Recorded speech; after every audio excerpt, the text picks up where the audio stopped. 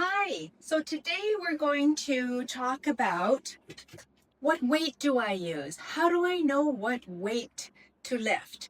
Which dumbbells do I pick up when I'm at the gym, or which dumbbells do I need to have at home? Okay, so first of all, I'm going to tell you that we're not going to waste our money on 1, 2, and 3 pound weights. The lightest one you want to buy is a 5 pound weight. We want to have at least 3 sets of weights at home, of dumbbells. And I'm going to get into that more in a bit. But I find there's a ton of misinformation online. I've been doing this for a really long time, since the early 80s, if you can believe it. And nothing has changed. The principles of strength training are the same. Too many people are trying to reinvent the wheel, and it's ridiculous. If you don't know who I am, my name is Alana. I'm a certified fitness coach. I focus on strength. I've been doing this for a really long time. I've worked one-on-one with hundreds of middle-aged people, mostly women. And the clients that I've had over the years stay with me for a long period of time. So I've worked with the same person or people for years, and I've watched them progress. And I think that's the best way. There's no better education than working one-on-one with people, especially when you're working with them consistently over a period of years. Many of these YouTube doctors, they're more research doctors, and they're coming out with this, oh, you must work within the 3 to 6 rep range. That's crazy. Do not follow that advice. They're not giving any caveats about blood pressure, about your feet, and about your joint health. We have to I'm not even going to say we have to work up to that, because that's not a range we want to work in unless you want to become a bodybuilder, like a serious bodybuilder. That 3 to 6 rep range, or more like 4 to 6 rep range, is the range that bodybuilders work in. The studies show that working in that 10 to 15 repetition range is very beneficial for everything, including our bone health, brain health, heart health, all of it, not to mention our muscles. So I want to give you a good rule of thumb today. So again, we want to have 3 different weights as minimum at home if we're planning on working at home. I have the 12, 15, and 20s, and I have some 25s on their way. If you're just starting out, that's going to be too much weight for you. You might want to get the 5s and the 8s and the 10s, or something like that. It depends on where you're at. For doing lower body, like your squats and whatnot, you need a heavier weight than you would for your, say, your shoulder press. Um, we don't want to use the same weight for our whole body. Our larger muscle groups require more weight. So, for example, our shoulders, the muscles, there are 3, the anterior, the medial, the posterior, in the back. And those muscles are very tiny. So the overhead press is a very important exercise. It's one of the primary compound moves in weightlifting. And we need a much lighter weight for that. I would use my lightest weight, my 12 pounds. Whereas for squats, I would use my 20s and probably my 25s that I have on order.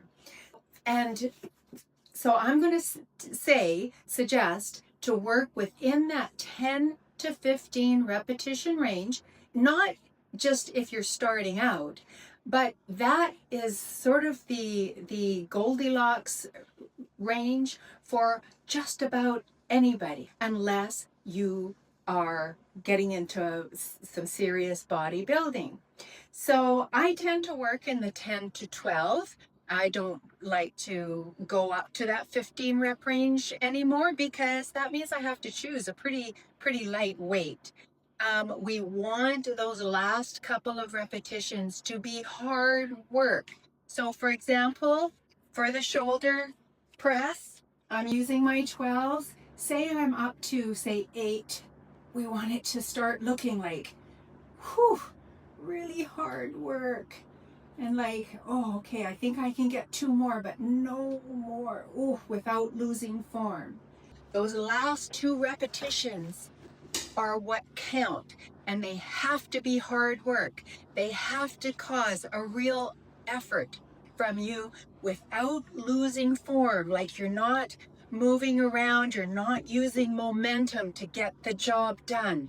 It's a very concentrated move.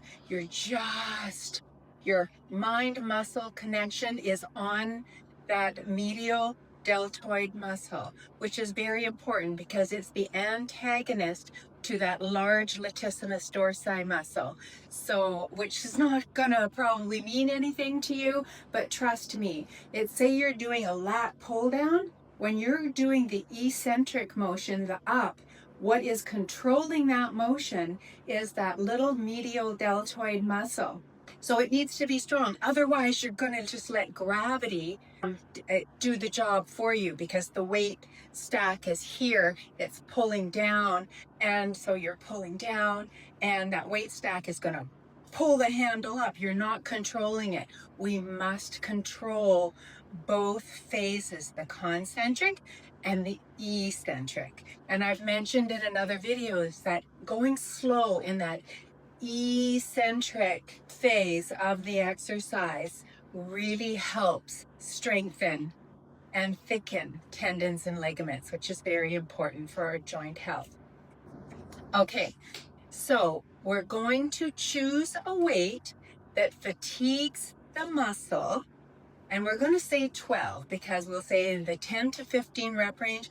Let's just choose 12. It's a pretty safe rep range to use for most people. Male, female, pre-menopause, pre-perimenopause, menopause, post-menopause. It doesn't matter. We don't need to train any differently in menopause as we did before menopause, as long as we were training properly before. It's not complicated. And these people and these doctors and experts online try to make it more complicated because it's more like this shock value, I think, or trying to make you think that they've got sort of a leg up on the other trainers, and you should listen to them. It's nonsense. The principles of strength training have not changed in over 50 years, okay? For men, women, young, middle-aged, old, it's all the same. Progressive overload, fatigue the muscles. So we're choosing 12 repetitions. So we need to find a weight that fatigues the muscle within that rep range. And by 9 or 10, you want to be putting in a real effort to get that job done. So that's how you choose the weight. I see this question asked so often, and it never gets answered. It never gets answered properly in the thread of comments to these other videos. So I'm doing that for you now, and I hope it makes sense. So of course you're going to need heavier weights for the larger muscle groups, for squats, for lunges, anything to do with our glutes and our quads. We need probably the heaviest weight that we have. I use my 20s, my 220s that I have here, but it's still not quite enough. And that's why I've ordered the 25s to do the squats. And our back, we need to work our back. You basically want to choose the weight where you feel like, oh, I might have one more in the tank or none, without losing form. So I hope that helps. So you want, to recap, you want 3 dumbbells minimum, 3 weights of dumbbells at home. You want to use the heavier ones for your larger muscle groups, which are your quads, your glutes, your back, and your chest. That might take your medium dumbbell. Your back, you'll just have to test. See if you can do a dumbbell row with your heaviest dumbbell. and get 10 repetitions. If you can get 10 repetitions out of it, do that and work up to 12. And then once 12 becomes too easy, then you're going to move it up to the next weight that you have. And so the longer you're doing this, the more weights, dumbbells, you're going to have access to. So if you're at the gym, that's great because they've got a whole slew of different weights, up all the way up to over 100-pound dumbbells. And at home, you just need to at least have 3 sets to start off with. Okay, so I want to do a video, of course, demonstrating more exercises that you can do at home, but for now I want you to just understand how we're choosing the weight, and I hope that makes sense. This is not being talked about enough, and I think, well, I know there's a lot of confusion because I go into the comments of these other videos, and they're not being answered. They're asking and they're not being answered. All right, so I will see you in the next video. I'm going to do one on resistance bands. I got these amazing bands, best resistant bands I've ever had.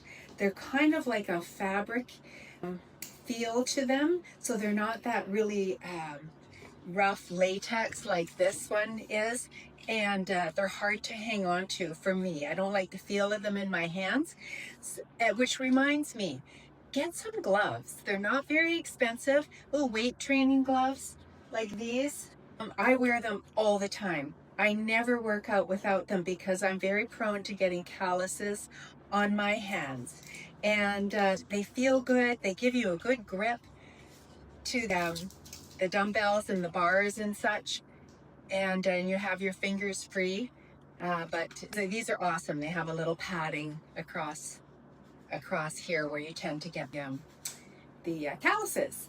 All right, so I'll see you in the next video. We'll talk about actual workouts and what to do for different body parts. Please leave a message in the comments and tell me what you're most interested in, whether it be resistance bands or dumbbells, dumbbell workout at home, or a combination, full body, what it is that you would like to see. Because I'm happy to do it. I'm so well qualified to do this, and I just want to share the proper, accurate information because it just makes me so mad seeing all the nonsense here on YouTube and elsewhere online. Okay, I'll see you in the next one. Adios. Bye for now.